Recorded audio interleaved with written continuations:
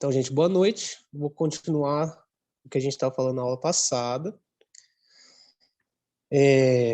Não lembro exatamente onde eu parei, então vou continuar aqui do nascimento do Partido Fascista, né? Que é formado aí em 1921, que é a unificação desses combatentes aqui, né? Do fascismo de combatimento, que tinham dentro desse grupo os camisas negras, que eram mais violentos, né? Milícias, elas utilizavam armas e etc., que se centralizaram, então, em torno do Mussolini e formaram o Partido Fascista. Quem estava no Partido Fascista nesse período aí? Estavam os desempregados, alguns ex-combatentes, né, que chegaram a lutar até na Primeira Guerra Mundial, várias pessoas da classe média, industriais e proprietários de terra. Porque os proprietários de terra estavam ali, a classe média, porque eles tinham medo de uma revolução comunista, assim como tinha acontecido na União Soviética. Aí, em 1921, foram eleitos na Itália 35 fascistas, né? Até naquele momento ali, fascismo não era algo ruim, vamos dizer assim, né? Então, era normal os fascistas... Então, era normal, né? O cara ser fascista, assim como a gente diz que tem sei lá, alguém de um partido, né? Então, é normal. Era um fascista, era uma coisa normal. No Brasil, a gente chegou a ter fascismo, sim, lá na época do Getúlio, que eram os Galinha Verde, né, que é conhecido assim, porque eram os integralistas, eles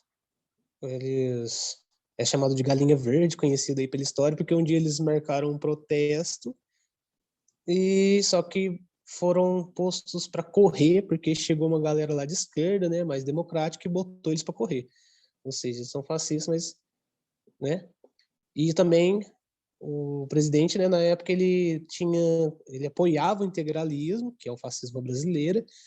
Porém, quando o Brasil entra na Segunda Guerra Mundial, ele entra do lado contrário, né, dos fascistas, porque era melhor politicamente, mas no começo o governo dele tinha tudo de fascista.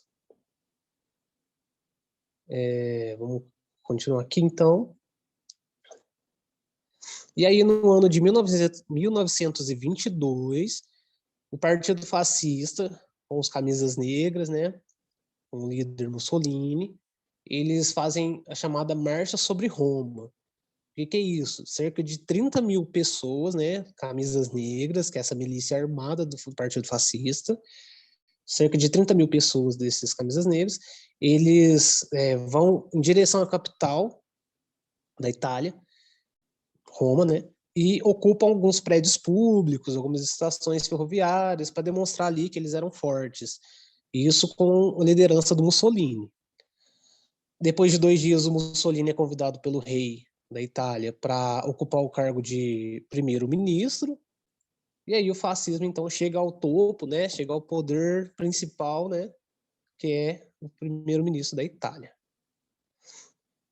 Com o tempo foi passando, Mussolini foi ampliando os poderes dele e acabou se tornando, então, um ditador fascista, um ditador que em torno do partido único, né? Que lembra que eu falei lá no totalitarismo?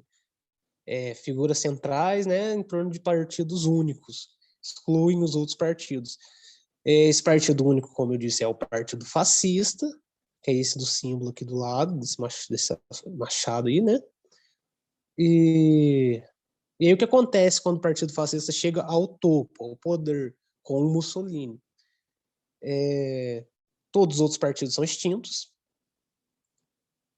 O governo ele passa a censurar as pessoas, começa a censurar os jornais, censurar as mídias e suprimir o direito de greve, ou seja, não teria greve, os trabalhadores ali se tivessem alguma coisa contra, né, o governo ou porque está ganhando mal, qualquer coisa que seja, eles estariam sozinhos. Então todo mundo que não fosse fascista era perseguido na Itália. Em 1930, o Mussolini ele já tinha centralizado o poder, já estava começando a centralizar todo o poder nele. E aí tem aquela outra máxima dos regimes totalitários, que é o culto ao líder. Que é isso, né?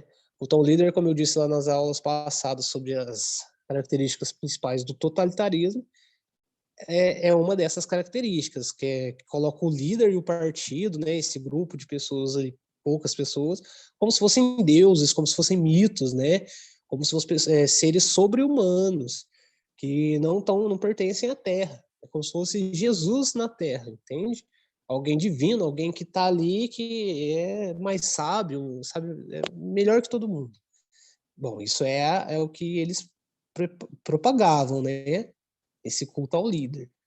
Na Itália, para doutrinar o jovem, né, com esse culto ao líder, para doutrinar a cabeça das crianças e dos jovens, todas as escolas elas tinham que ensinar, isso incluindo as universidades, tinha que exaltar a figura do Mussolini, todas as realizações ali do Partido Fascista, todos os aspectos da vida desse líder, né, do Mussolini, que é chamado de Duce, em italiano quer dizer guia, em português. Foram criadas várias organizações, né, para fazer festa, para fazer competição, para fazer acampamento, atividade ao ar livre. E isso tudo para transmitir a ideologia fascista para os jovens. Pensa, eles montavam ali um acampamento, colocavam uma banda ali que agradava ali uma maioria, e isso espalhando a propaganda fascista. Tá lá o símbolo fascista, tá lá falando bem do Mussolini, porque ele que fez tudo, etc. Então, essa propaganda que tinha, né, cultuando o líder, cultuando o regime, estava também, além de estar ali doutrinando os jovens, também estava nos jornais, porque ele tinha censurado. Então, os jornais respondiam a ele. As mídias só serviam para espalhar a mensagem do partido e do Mussolini.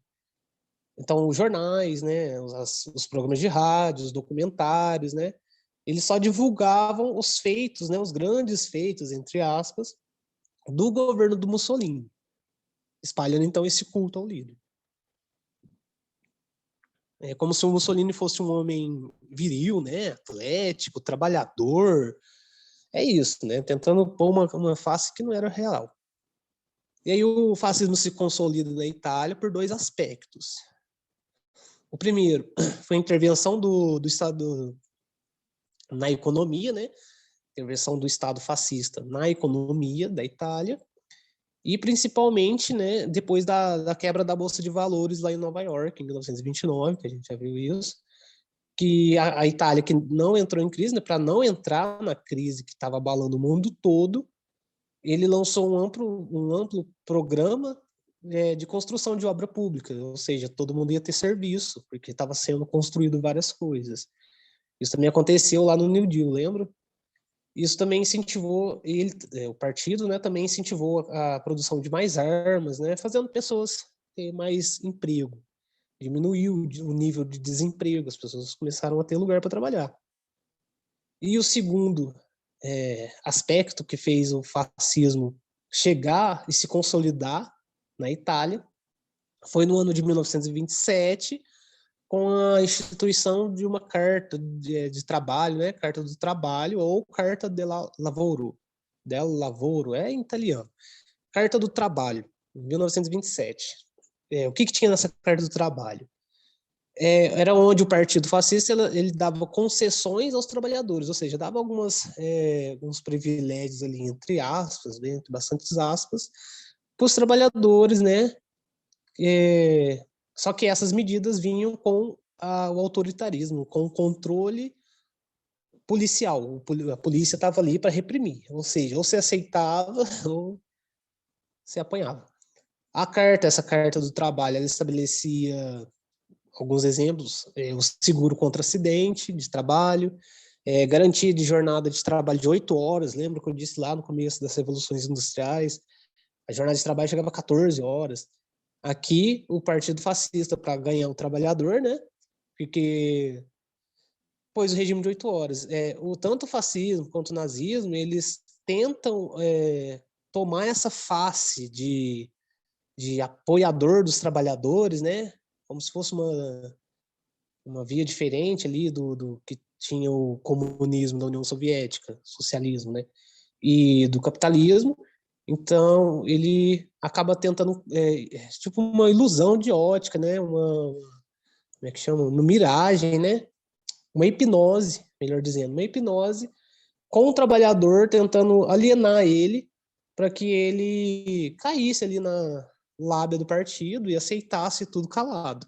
Então ele deu ali 8 horas de trabalho, o nazismo também fez isso, tanto que quando vocês forem ver, na hora que a gente falou do nazismo, vocês vão ver que o nome do partido tinha socialista, trabalhador no meio. Mas aí vamos chegar depois. Ao mesmo tempo que ele dava essas regalias aí, né, 8 horas de trabalho, garantias, etc., ele proibia as greves. Ou seja, se você não gostou, o problema é seu. E também extinguiu os sindicatos, né, que é a forma de representação dos trabalhadores. Em 1935, a Itália, que já era fascista, né, invadiu a Etiópia, lá na África, que era um dos países africanos que não tinha sido colonizado ainda. Invadiu a Etiópia. E em 1936, a Itália fascista interveio assim, na Guerra Civil Espanhola, que a gente vai passar por lá também daqui a pouco, que apoiou, né, o general Francisco Franco, né, que era o que tentou fazer a revolta lá. Os princípios fascistas, eles se espalharam ali, como eu disse, por toda a Europa, não ficou ali, tanto que o nazismo é chamado de nazifascismo, porque se tornou um padrão de agir do capitalismo, que é um extremo de fuga, né? Então, é como se fosse uma saída violenta para manter o sistema como ele é. Então, acaba chegando nisso, que é o fascismo. Isso a gente pode ler em alguns outros livros que eu posso indicar para vocês depois. Continuando aqui, então esse princípio fascismo se espalhou por toda a Europa e surgiu várias ditaduras de extrema direita, como aconteceu em Portugal, né? Aconteceu na Hungria e aconteceu também na Polônia e na Alemanha, que a gente vai falar agora, que é o nazismo. Esse aqui é a marcha dos camisas negras, a marcha sobre Roma, né? Eles entrando em Roma. E esse é o partido nazista. Isso aí a gente já está cansado de saber, de ver. Isso aí está bem falado aí na história, né? A gente conhece mesmo sem conhecer detalhes. O que é o nazismo, né? O nazismo ele é uma espécie de fascismo também, tanto porque ele segue o mesmo padrão, mas o fascismo veio antes, então a gente chama assim, né? É nazifascismo, ou só nazismo, mas é basicamente a mesma linha ideológica ali de extrema direita. A Alemanha hoje em dia está até melhor do que estava antes, viu? Hoje ainda, eu não sei se vocês acompanham as notícias, tem partido de extrema direita neonazista na Alemanha. Lógico que não adotam as mesmas características, mas depois eu vou trazer para vocês, na hora que a gente for falar do final da Segunda Guerra Mundial, vou tentar trazer para vocês as bandeiras que são neonazistas, né, neofascistas, que usam hoje em dia. E vocês vão acabar vendo por aí, porque o Brasil foi se eu não me engano, eu posso estar errado, salvo engano, foi o país que teve mais nazistas, né, no partido nazista, que teve um partido nazista, além do integralismo, teve o partido nazista aqui, e aqui era o segundo lugar com mais nazistas do mundo. Primeiro era só a Alemanha. Então, que muitos nazistas fugiram para o Brasil, depois que a guerra acabou, né, fugiram aqui para a América Latina toda. Mas isso não vem ao caso agora. Então, o que é o nazismo? Primeiro vamos falar ali o que estava acontecendo com a Alemanha depois que acabou a Primeira Guerra Mundial. Como vocês sabem, a Alemanha sofreu muito, né, com a Primeira Guerra Mundial, porque foi um dos últimos países a se render. Então foi que sofreu muitas duras penas ali, né? Ela entrou numa crise econômica, social e política. Todas as formas de crise a Alemanha entrou depois da Primeira Guerra Mundial. Lembro que eles tinham proibido ali ter exército, tinham proibido fazer várias coisas a Alemanha. A Alemanha sofreu bastante com essa punição da Primeira Guerra Mundial, de vários tratados que ocorreram. E por isso começou a acontecer várias rebeliões armadas dos socialistas, dos comunistas, né? Eles estavam tentando fazer uma revolução comunista para tornar a Alemanha comunista, assim como tinha acontecido no exemplo da União Soviética. Então tinha várias rebeliões armadas, várias pessoas indo para a rua querendo uma revolução comunista, revolução socialista. Acabou que essas multas aí que foi imposta pelo Tratado de Versalhes, como eu disse, e outros tratados, e também junto com uma das maiores inflações de todos os tempos da Alemanha, né, até aquele período, e o sentimento de humilhação e desonra, né, que o povo alemão ficou porque perderam a guerra, né, ninguém sofreu um monte de embargo, né, um monte de pena por causa da guerra, o povo alemão começou a se sentir muito humilhado, muito desonrado, né, somado a essas outras coisas, crise política, crise econômica e crise social. Então, no ano de 1919, é formado o Partido Nacional Socialista dos Trabalhadores Alemão. Tá vendo o que eu disse aí? Eles usam o socialista dos trabalhadores para ganhar também os trabalhadores. Tem até uma medalha que eles usam muito para falar que o nazismo é de esquerda. Gente, não cai nisso, o nazismo não é de esquerda, é de extrema direita. Eles usam até uma medalha que tem a foice e o martelo, só que nessa medalha é uma águia no meio, de um lado tem uma foice e de um lado tem um martelo. A bandeira comunista, ela é o martelo e a foice cruzadas, que é a união do camponês com o operário, né? O nazismo não, ele separa esses dois, e a águia está no meio, né? Como se a águia fosse o partido que domina tudo. Não sei se é bem essa leitura, mas eu sei que essa moeda é muito usada aí por revisionista, né? Quer revisar a história, quer falar que a história não foi como foi, para jogar aí para a esquerda essa bomba. Mas a esquerda tem a sua bomba também com o Stalin, né? Mas vamos chegar lá também. O Partido Nacional Socialista dos Trabalhadores Alemães, que em alemão é chamado de Nazi, fica essa pronúncia, né? Nazi, ou Partido Nazista, como vem a ser conhecido depois, que era liderado pelo Adolf Hitler, esse bigodinho aí. Em 1919, então, é criado o Partido Nazista, com liderança do Hitler. Esse partido ele era ultranacionalista, ou seja, ele queria unir todos os alemães, né, todos os povos alemães ali, para recuperar a grandeza nacional, ou seja, era ultranacionalista.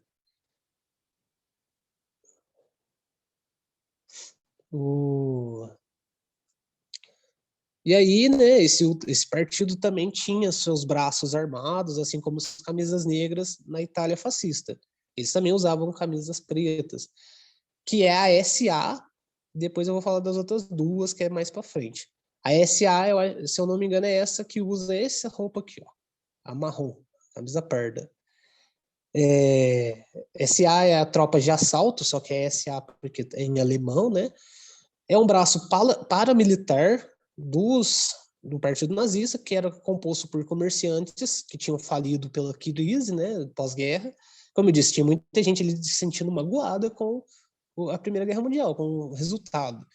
Então, esses comerciantes que faliram, desempregados, ex-militares que lutaram, então era pessoa muito ressentida que estava ali na tropa de assalto. O que a SA fazia? Ela reprimia, então, essas rebeliões comunistas e socialistas e fazia a segurança dos comícios nazistas. Então, quando ia ter um comício, a SA estava lá para proteger os políticos, né?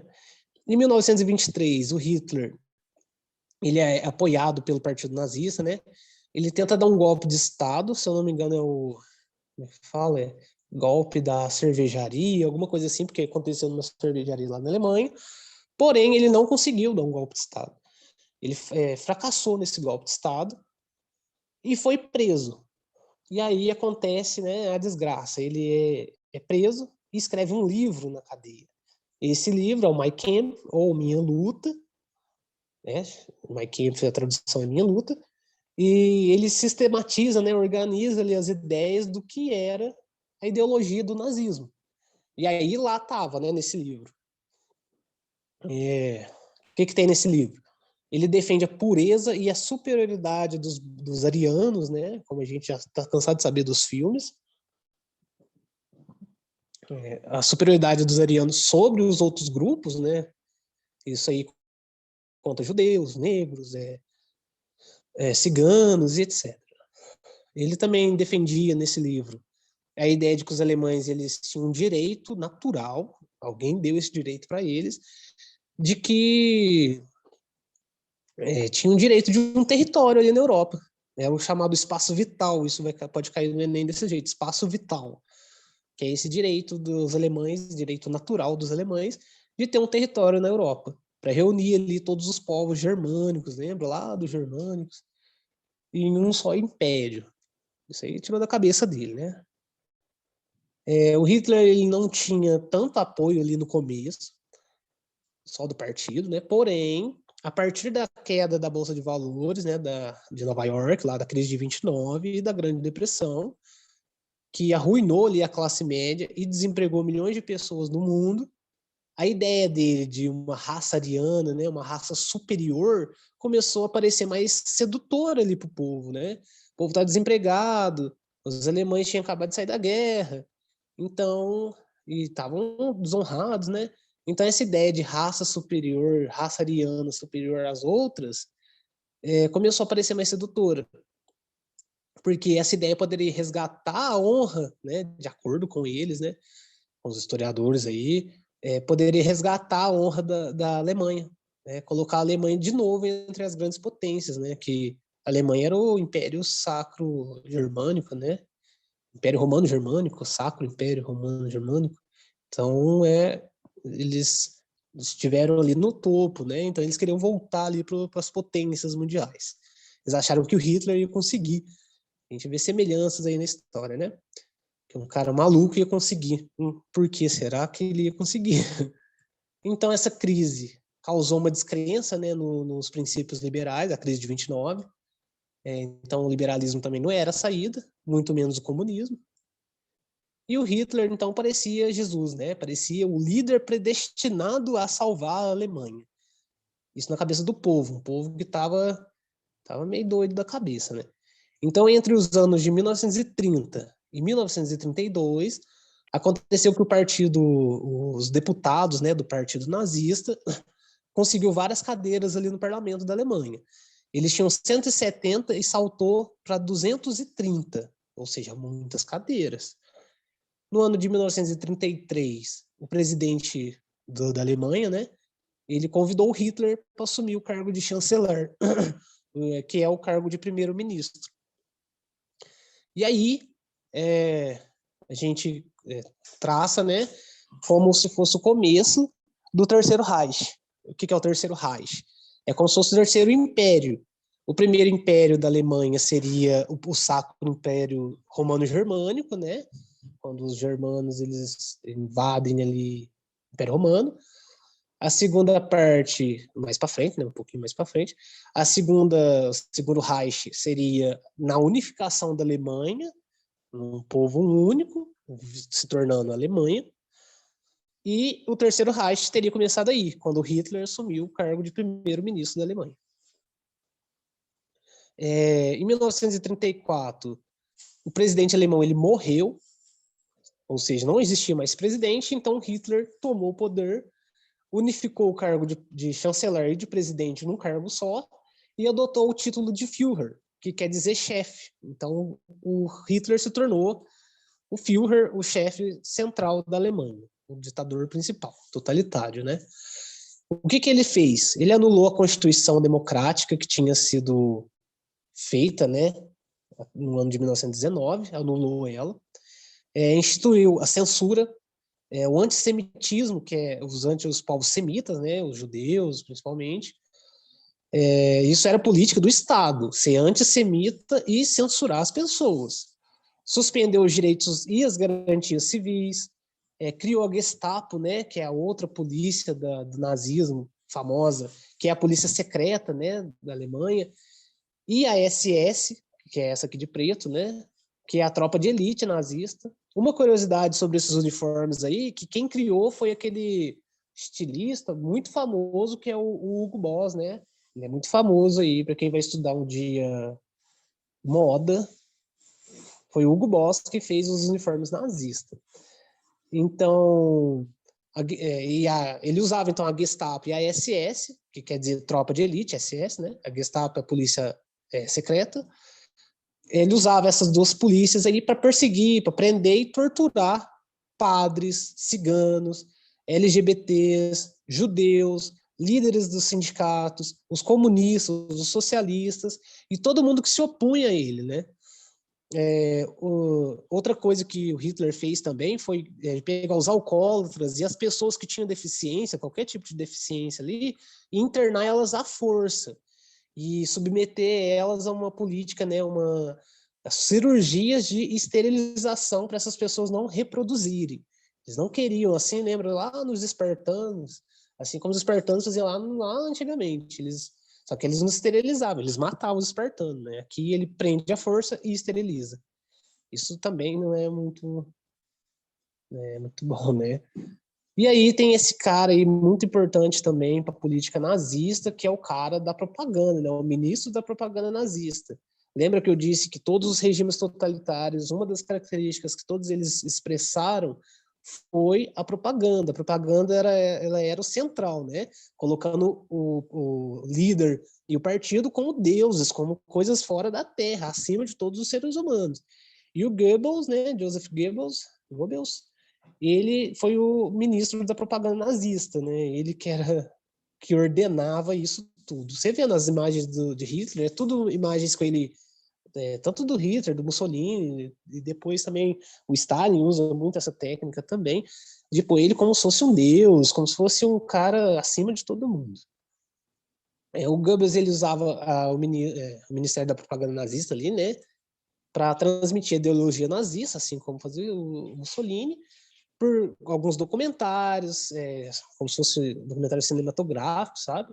Produção, programa de rádio, pôster, cartaz, e os comícios que o Goebbels também organizava, eles eram planejados para pôr o Hitler, né, no centro e para exaltar o povo alemão, ou seja, ele dava ali para os alemães ali como se fosse, você vê nos vídeos, vocês veem aí nos vídeos que sempre aparece aí quando estamos estudando na escola mesmo, vários vídeos e fotos como se fosse desfiles, etc, né?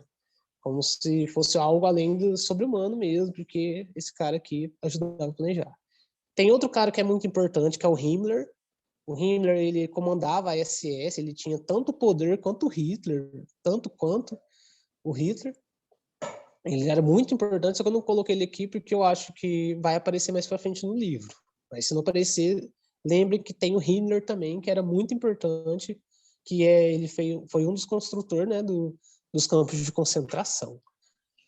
A popularidade do nazismo ela cresceu com a recuperação econômica do país, porque o Hitler ele fez a mesma coisa, né, que o Mussolini, ele interviu no Estado, na economia, né, usou o Estado para intervir na economia.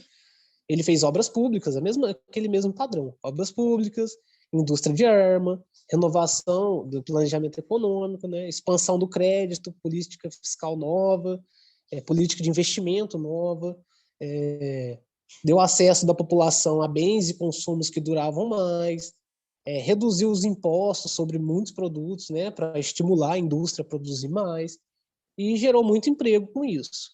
O nazismo ele foi também apoiado e financiado por grandes empresas que eram de outros países e também da Alemanha, lógico. E por causa desse crescimento econômico que teve, né, e com o apoio do povo, o povo começou a apoiar o Hitler, o Hitler começou a violar o Tratado de Versalhes. Lembra lá do Tratado de Versalhes, que não podia ter exército, não podia ter arma estratégica, né? Então Hitler começou a violar esse tratado, porque tinha apoio de todo mundo, né? E aí ele começou a remilitarizar a Alemanha e fazer uma política territorial expansionista, começou a expandir o território alemão. Lembra lá na Primeira Guerra Mundial? Foi por isso que deu treta. E aí, hoje eu vou acabar, faltam só 3 minutos de gravação. Deixa eu ver, acho que não vai dar tempo. É pouquinho o conteúdo, mas pode ser que eu me prolongue. Se eu lembrar de uma coisa, é bom falar. Amanhã a gente continua do stalinismo. Aí, ó, estão vendo a foto, né, do Stalin, como se fosse um deus, tá vendo? O deus, o mito, né? Mas é isso. Esses são os regimes totalitários. Aí amanhã a gente continua do stalinismo e falando também da Guerra Civil Espanhola um pouquinho. Então, por hoje é só, gente. Espero que vocês tenham entendido. Se ficou alguma dúvida, pode falar.